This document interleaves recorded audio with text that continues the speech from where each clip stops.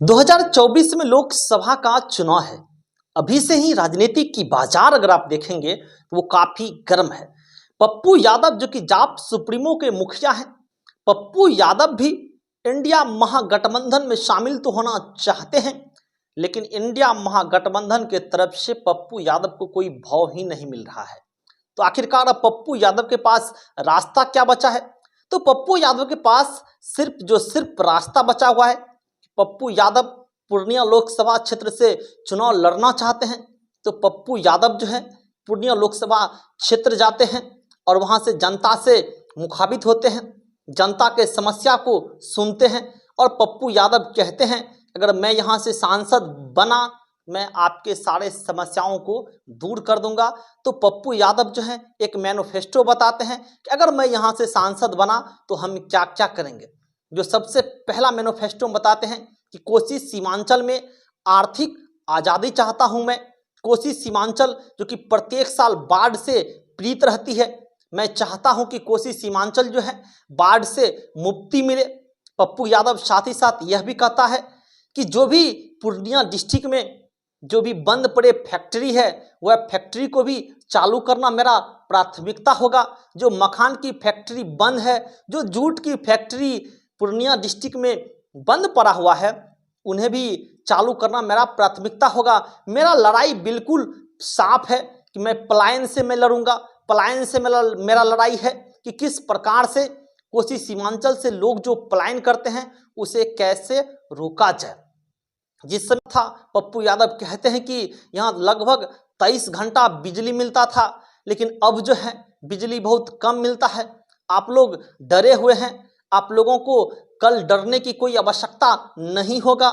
इसीलिए मुझे उम्मीद है कि पूर्णिया के लोगों ने मुझे पुत्र के रूप में स्वीकार किया, तो पूर्णिया के लोग ने बेटा के रूप में स्वीकार किया, तो पूर्णिया के लोगों ने पुत्र के रूप में मुझे इज्जत दिया और पूर्णिया के जनता ने हमें जो है लड़ने की क्षमता बढ़ाया है।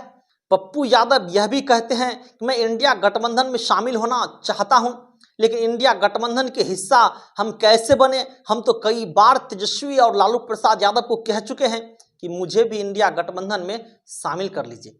पप्पू यादव कहते हैं कि मैंने पूर्णिया के जनता से पूछ लिया कि आखिरकार मुझे क्या करना चाहिए, आखिरकार मेरे लिए क्या रास्ता है। जो पूर्णिया के जनता ने जवाब दिया है कि नफरत की राजनीति खत्म होनी चाहिए, आप जाति की राजनीति को खत्म कीजिए। सीमांचल कोसी की आर्थिक आज़ादी, यहाँ की डेवलपमेंट, यहाँ पर रोजगार, फैक्ट्री, जो आम लोगों की जो दिनचर्या है, जो आम लोगों की प्रतिदिन की ज़रूरत है, आप उसे प्राथमिकता दें। यहाँ पर पलायन रुकनी चाहिए, जो बंद पड़े फैक्ट्री है वो चालू होना चाहिए। ये सारी बातें जो हैं पूर्णिया के जनता जो हैं पप्पू यादव को बताते हैं और पप्पू यादव भी कहते हैं अगर मैं यहाँ से जीत गया तो निश्चित रूप से मैं पलायन रोकूंगा, बंद पड़ा फैक्ट्री चलाऊंगा मैं। ये संकल्प है। इसी संकल्प के साथ जो है कटिहार, पूर्णिया, किशनगंज सीमांचल जो है जो उपेक्षित और गरीब है करेंगे। और सबसे बड़ा जो मेरा डिमांड होगा, पप्पू यादव जी ऐसा कहते हैं कि पूर्णिया में एक एयरपोर्ट भी होनी चाहिए। साथ ही साथ यह भी कहते हैं कि हाई कोर्ट का एक बेंच होना चाहिए और जो रेलवे की जो सुविधाएं हैं उसे और बढ़ाना चाहिए। पूर्णिया डिस्ट्रिक्ट में रेल का विस्तार करना चाहिए। पूर्णिया में बंद पड़े 3 फैक्ट्री है जिन्हें चालू करना जो है मेरा पहली प्राथमिकता होगा। केला का हब बनाएंगे, मक्का का हब बनाएंगे पूर्णिया को। पप्पू यादव यह भी कहते हैं कि पूर्णिया कटिहार मेरा जन्मसिद्ध अधिकार है, हमने यहाँ जन्म लिया, हम यहाँ पैदा हुए। जनता जो तय करती है पप्पू यादव जो हैं वही तय करते हैं। हमारे पूर्णिया में बंद पड़े 3 फैक्ट्री को चालू करना जो है मेरा पहला प्राथमिकता होगा। केला का हब बनाएंगे पूर्णिया को, मक्का का हब बनाएंगे। पप्पू यादव यह भी कहते हैं कि पूर्णिया कटिहार जो है मेरा जन्मसिद्ध अधिकार है, हम यहाँ जन्म लिए, हम यहाँ पैदा लिए और हमारी कर्म भूमि भी कहा जाए तो पूर्णिया मधेपुरा ही है। जनता तय करती है कि पप्पू यादव को क्या करना चाहिए। जनता जो तय करती है पप्पू यादव जो है वही करता है।